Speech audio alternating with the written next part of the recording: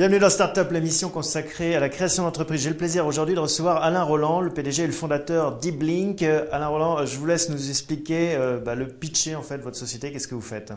Alors Eblink, c'est né d'une autre société qui travaillait depuis une dizaine d'années, depuis le début des années 90, dans les déploiements des réseaux de téléphonie mobile.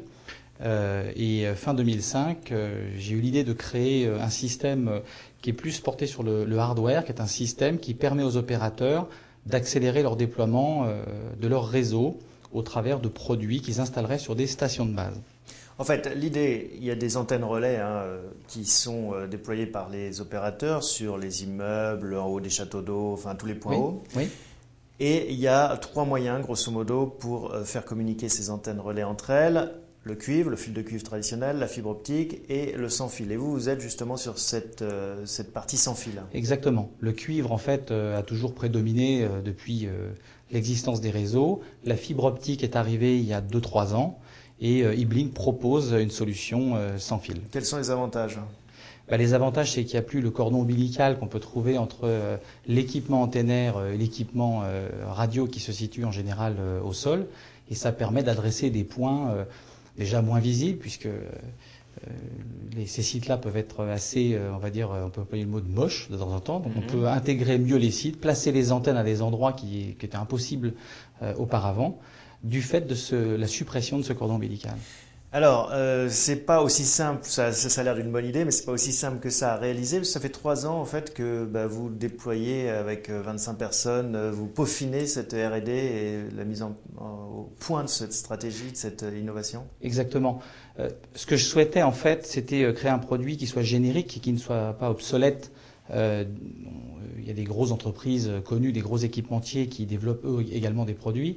Donc il fallait pouvoir développer un produit ouvert et qui permette d'adresser à la fois la partie équipement située au sol, qui peut être un équipement de marque type Alcatel, Nokia, Ericsson, et à la fois n'importe quel équipement côté antenne, tout en répondant à des normes internationales. Donc il fallait pouvoir faire un produit suffisamment ouvert et les spécifications du produit étaient assez longues en fait à développer et à valider. Oui, une grosse ambition parce qu'au final, c'est un projet qui peut intéresser le monde entier. Ça représente quel marché, quel volume? Vous avez chiffré ça, j'imagine, dans vos business plans? Pour donner quelques chiffres, il s'installe environ 500 000 stations de base, point haut dans le monde chaque année. 500 000. Voilà. Il y en a 350 à 400 000 qui sont des sites neufs et 100 à 150 000 qui sont ce qu'on appelle des rétrofits, des sites sur lesquels on réintervient. Ça va durer puisque la mobilité, le marché de la mobilité est croissant. Et donc on a un marché, on va dire plutôt potentiel, plus qu'adressable, qui est assez important. Parce que pour l'instant, oui, ils sont reliés avec des fils, principalement. Alors il y a évidemment, depuis les années 90, comme dans des pays comme la France, qui sont des pays matures, sur lesquels il y a environ 60 000 points hauts, donc la couverture est quand même déjà adressée. Disons qu'on on peut arriver sur des pays qui sont des pays sur lesquels il y a très très peu de déploiement ou de nouveaux opérateurs qui ont besoin d'aller concurrencer des opérateurs existants. Oui, en France, vous visez l'arrivée du 4e opérateur dont on parle et qui est promis pour avant l'été. Iliad est l'un des candidats pressentis. Oui.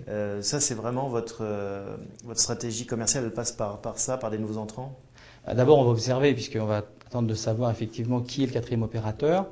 Mais également, c'est vrai que ce 4e opérateur aura besoin très rapidement d'avoir quelques milliers de sites sur lesquels il va mettre du temps à s'organiser. Et donc c'est ça que vous promettez, votre promesse, c'est ça, c'est gagner du temps en fait dans l'installation, le déploiement. Exactement. Les opérateurs ont besoin d'un retour sur investissement rapide. Alors c'est un gros pari quand même, vous avez 25 personnes, vous avez 3 ans de R&D, vous avez donc pour financer tout ça levé 9 millions d'euros. C'est facile de convaincre des investisseurs de mettre autant d'argent sur la table alors que le chiffre d'affaires, le premier euro de chiffre d'affaires n'est pas encore là? Ça n'a pas été si dur que ça. En fait, l'idée est très simple. Il y a du câble, j'enlève le câble.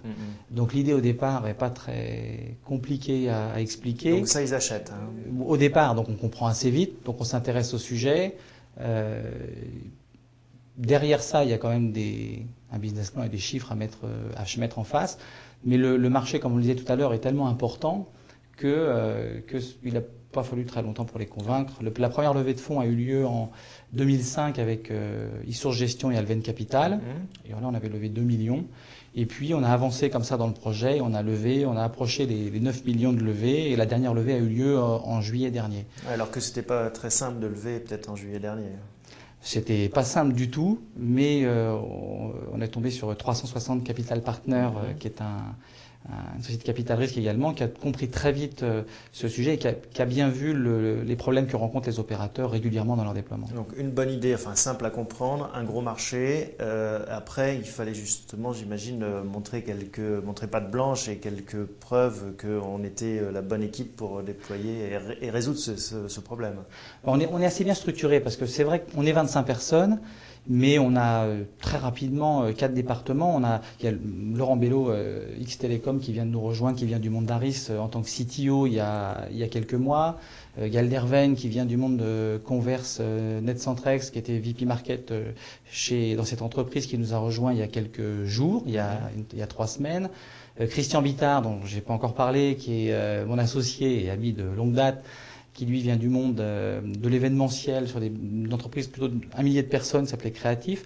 Donc on a des encadrants et des managers qui ont une 50aine d'années, une 20aine d'années d'expérience, et ce qui fait que les investisseurs, quand ils sont venus nous voir à l'entreprise, ont vu une boîte très organisée. Une belle équipe. Un mot sur la concurrence, c'est un marché qui attire beaucoup de convoitises, qui suscite de l'intérêt, ou est-ce que...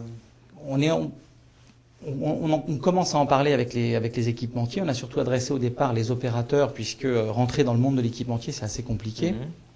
Ce qui fait d'ailleurs que les sociétés de capital sont rentrées assez rapidement, c'est qu'on a déposé des brevets.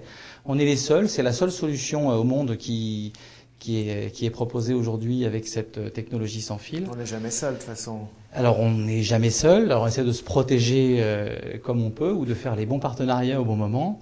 Parce qu'on est très concentré en fait aujourd'hui. On a passé 3 ans à développer d'abord un produit, l'amener, qui n'était pas simple, sur des sites de production des opérateurs que vous connaissez, comme Orange et SFR. Et à partir de là, on commence aujourd'hui, on a fini de structurer notre société et on commence à réaliser notre chiffre d'affaires. Donc c'est une nouvelle étape qui s'ouvre, la commercialisation et le déploiement dans la vraie vie maintenant. Tout à fait. Et ça, pour un ingénieur, pour quelqu'un qui est plus orienté R&D, est-ce que c'est une étape qu'on appréhende, qui est facile à aborder, où on se dit peut-être que ce ne sera pas moi le bon commercial? Moi, je suis un créateur et je suis un entrepreneur. Donc, eBlink, d'ailleurs, c'est pas la seule société que j'ai créée, même dernièrement, avec Kizoa. Ce qui est le plus important pour l'entreprise, c'est que l'entreprise fonctionne et que le projet aille au bout. On pense avec Christian et l'équipe qui est derrière moi qu'on est tout à fait à même en fait à développer notre entreprise. Derrière, je connais pas l'avenir. Je pense que ça passera par des partenariats forts avec des OEM. Et les OEM, on précise. Hein, oui, les OEM, c'est les équipementiers. Les Alcatel, Nokia, Ericsson. Donc qui récupèrent votre licence pour la revendre. Exactement. Donc on sera on passera un peu plus dans l'ombre, on sera moins en direct avec peut-être les opérateurs. Par contre, on adressera un très très gros volume. Voilà. Ce qui a été souhaité par y compris les sociétés d'investissement. Bon, on vous souhaite bon vent. Vous revenez nous en parler dans un an pour voir comment tout ça est en train d'accrocher. Très bien. Merci Alain Roland. Merci. Au revoir.